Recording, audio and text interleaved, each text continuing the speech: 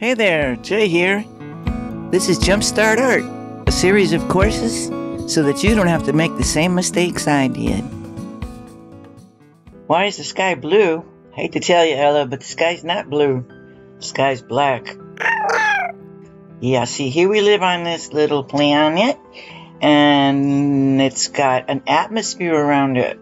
The atmosphere contains tiny little drops of water, sometimes bigger drops when it's raining, but it always contains some little drops of water. So here you are, Ella. Now you can check this yourself. You go outside and look straight up. The sky is a certain color blue. You look sideways where the trees are, the sky comes down. It's going to look lighter blue because you're looking through more little drops of water. Okay, so the sky goes from dark at the top down to lighter where it meets the horizon. If you don't believe me, you can go check it yourself. Up, darker, sideways, lighter. Here we go. We're going to make a aerial perspective. Great Smoky Mountains. Okay, Great Smoky. We need a horizon. It's blue, of course, but it's lighter blue at the bottom. Now these are pastels, so they need several layers of pastel to blend well.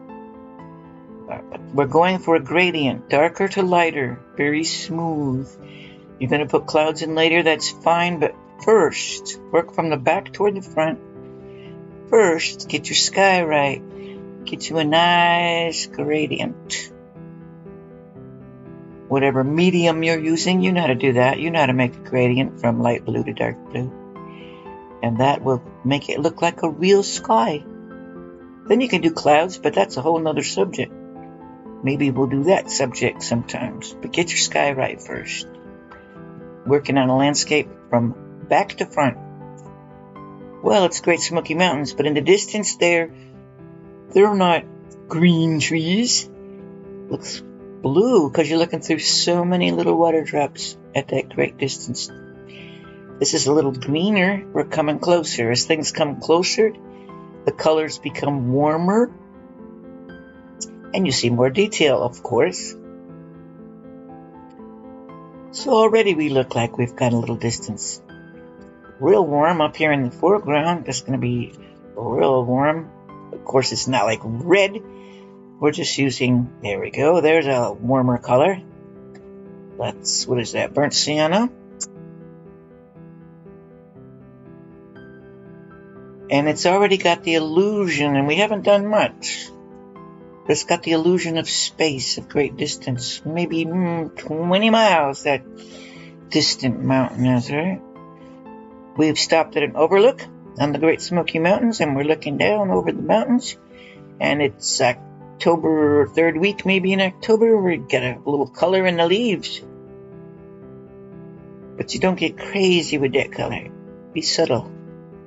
We're still looking through little drops of water. We're going to have to adjust all these colors. Look, we're getting quite a bit warmer here in the front. You see that little wiggly motion with the foliage in the front? I call that coffee hands. I had a student tell me, I can't paint, my hands shake. I said, oh, perfect. Perfect. Because I got to make my hands shake to do this.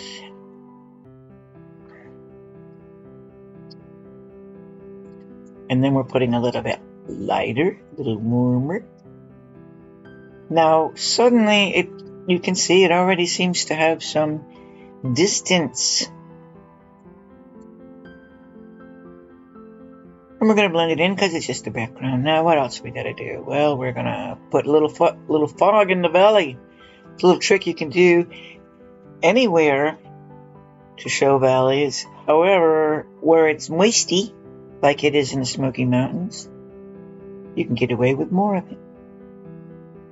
Here in Florida, humidity's 90% sometimes. I remember one day it was 100%. And I said, why isn't it raining? I thought it rained. Anybody know? Why doesn't it rain when it's 100%? But no, it was just hanging there 100%.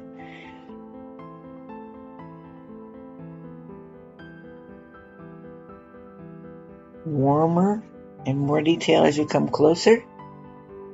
bluer. Now you want to push something back, just put a light blue wash over it, it'll push it way back.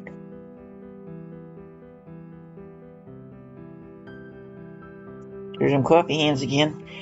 We're going to be working on the detail for a while here on the front. We don't see any in the back. It's kind of the beauty of it.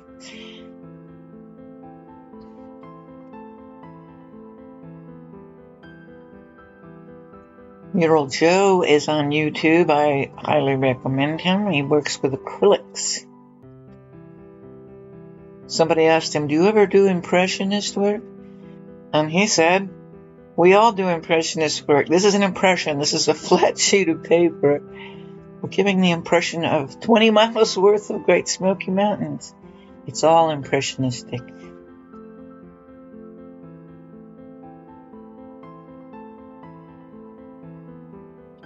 Light in the sky, because we were working with a blue paper to start with.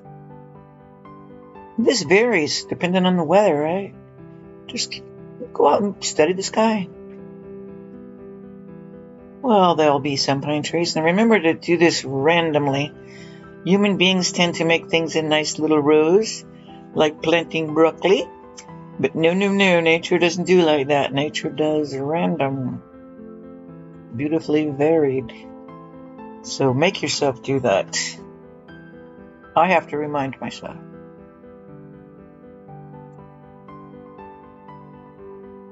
And we're just doing an impression of pine trees. And as they're going the hill up away from me, obviously the pine trees get smaller. Alright. Getting some detail. Now, I said it's the third week in October. We've got some fall color. Now, an amateur will go crazy with this because it's pretty exciting. The fall colors are pretty, all reds and yellows and orange. Try to tone it down. You can look clownish if you overdo it. Okay, be subtle with it. Nature's subtle.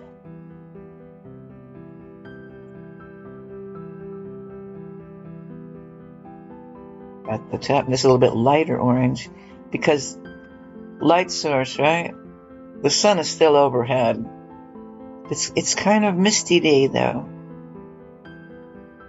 so it's not going to be bright white highlights on the tops of the trees.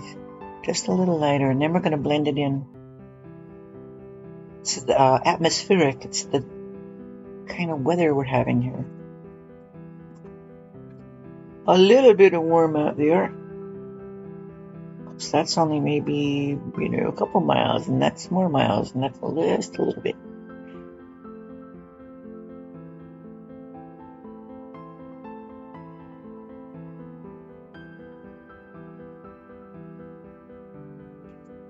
And I kept diddling with it and working on the foreground, and this was the result.